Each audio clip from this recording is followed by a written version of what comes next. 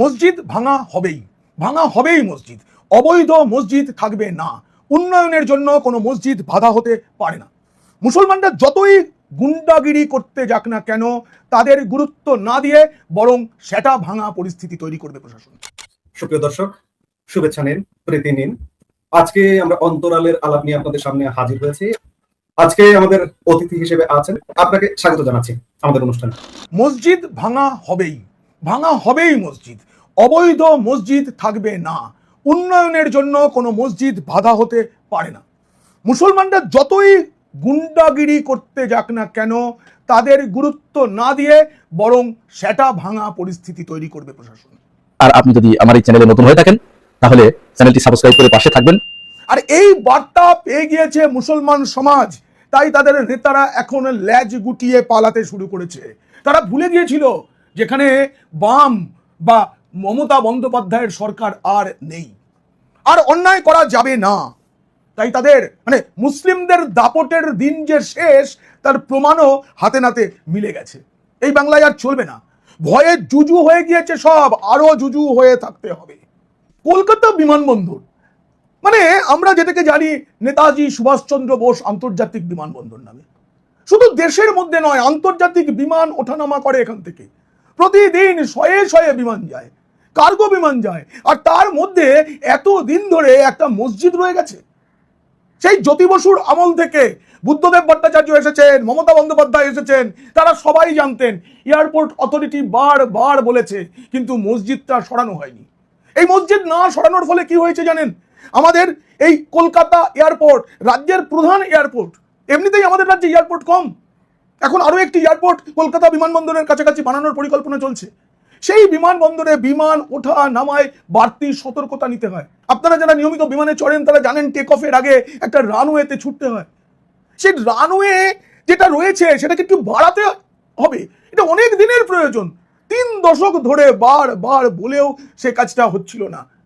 আর বর্তমান সরকার মাত্র তো কয়েক সপ্তাহ হয়েছে ক্ষমতায় এসেছে, শুরুতেই নির্দেশ দিয়ে দিয়েছে নামাজ পড়া বন্ধ।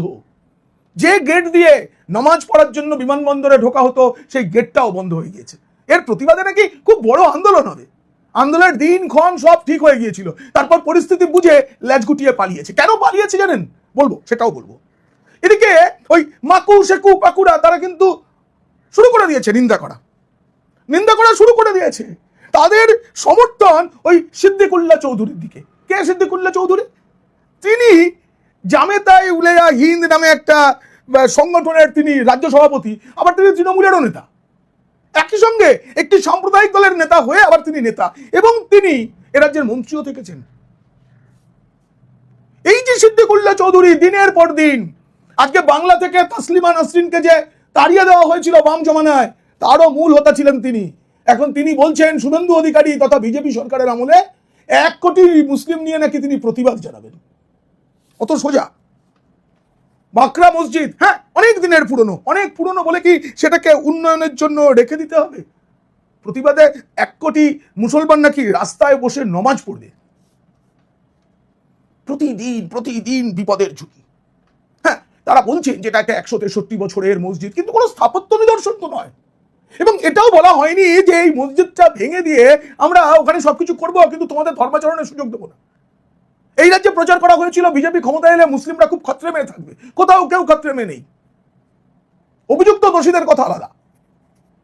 বলা হয়েছে যে বিকল্প জায়গা দেওয়া হবে, তারপরেও এই প্রতিবাদ।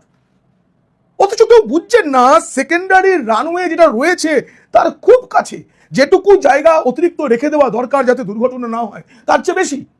আর শেকুমাকু পাকুড়া বলছে রাজ্যের উন্নয়ন না করে তো ওখানে মসজিদ বানতে যাওয়া হচ্ছে। আরে উন্নয়নের জন্যই তো এই যে তৃণমূলের বড় বড় মাথাটা জেলে ঢুকছে, সেটাও উন্নয়নের জন্য।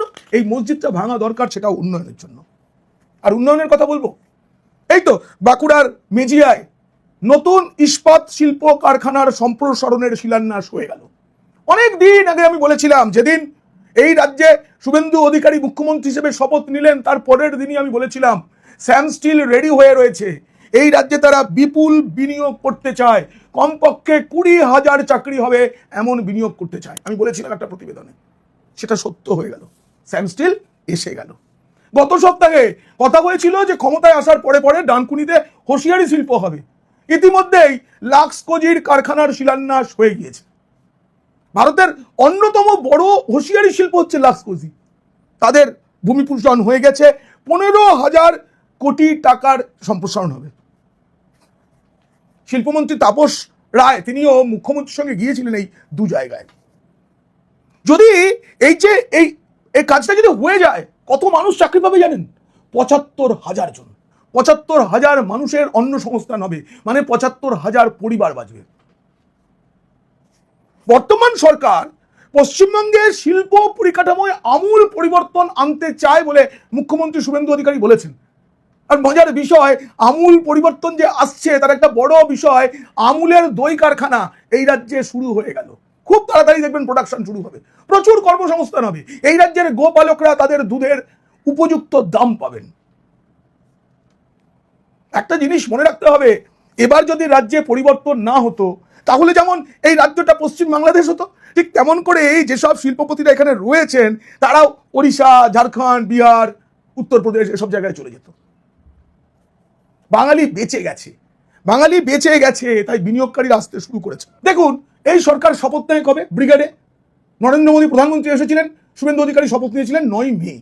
তারপরে 11ই মে ছিল সরকারের প্রথম কাজের দিন। আর সেটা যদি হিসেব করা হয়, এখনো পর্যন্ত সরকারের বয়স হচ্ছে 9 সপ্তাহ। এই 9 সপ্তাহে যা যা কাজ হয়েছে, ভারতে কোনোদিনও কোনো সরকারের এত দ্রুত এত পদক্ষেপের নজির নেই। এই সার্টিফিকেটটা দিয়েছেন কেন্দ্রীয় স্বরাষ্ট্রমন্ত্রী অমিত শাহ। শিল্প পুনরুদ্ধারের জন্য যা যা পদক্ষেপ করা হয়েছে সেটাও অতীতে হয়নি। নবান্নে একের পর এক শিল্প সংস্থার সঙ্গে বৈঠক চলছে। ইতিমধ্যে জাপানের মিৎসুবিশি তারা এসে জানিয়ে দিয়েছে যে আমরা এখানে সেমিকন্ডাক্টর ক্ষেত্রে বিনিয়োগ করতে চাই। এ রাজ্যে অতীতে এই বিনিয়োগ হয়নি। আরো অনেক বড় বড় গোষ্ঠী, ধুলাগড়ে হচ্ছে তো আমুলের ওই দই কারখানা, 4,000 কোটি টাকা বিনিয়োগ হবে এবং ওদেরকে জমি দিতে হচ্ছে না। আমুলের জমি ছিল, কিন্তু আমুল এতদিন কারখানা করার সাহস পায়নি। আর এই সরকার আসার পর তারা সহজে সবকিছুর ছাড়পত্র পেয়ে গিয়েছে। আগের সরকার ছাড়পত্র আটকে রেখেছিল। কেন বলুন তো? আমুল গুজরাটের সংস্থা বলে। এই যে বহিরাগত বলা হতো, তার ফলে অন্য রাজ্যের শিল্পপতিরাও এখানে আসতে ভয় পেতেন। সেই ভয় কেটে গিয়ে ভরসা এসেছে। আদানি গোষ্ঠী নাকি খুব খারাপ। আমাদের আগের মুখ্যমন্ত্রী, গর্বের মুখ্যমন্ত্রী, সততার প্রতীক, আসলে সততার, যিনি চলে যাওয়ার পর সবাই বলছে রাজ্যে ডাইনিতন্ত্রের অবসান হয়েছে, তার সঙ্গে আদানিরা বৈঠক করেছেন, কিন্তু বৈঠকের পরেও তারা বিনিয়োগের সাহস দেখায়নি। তারা তো সেই কবে থেকে মন্দারমণিতে বন্দর বানানোর জন্য কথাবার্তা বলেছিল, তারা জানিয়েছিল ওখানে সম্ভব নয়, অন্য একটা জায়গা দিন দেওয়া হয়নি। এখন ঠিক হয়ে গেছে, দাদন পাত্রবারে বন্দর হচ্ছে, গভীর সমুদ্র বন্দর। তার মানে এই যে উন্নয়নে গতি এসেছে, এই গতিটাকে যারা সহ্য করতে পারছে না তারাই কেন মসজিদ ভাঙা হবে সে নিয়ে প্রশ্ন তুলছেন। কিন্তু মসজিদ ভাঙা হবেই। নমাজ বন্ধ হয়েছে, গেট বন্ধ হয়েছে। এবার আমি বিস্তারিত বলবো কত বিশৃঙ্খল ভাবে বিষয়টা চলতো। আজ এ পর্যন্তই। ভালো থাকবেন। আল্লাহ হাফেজ।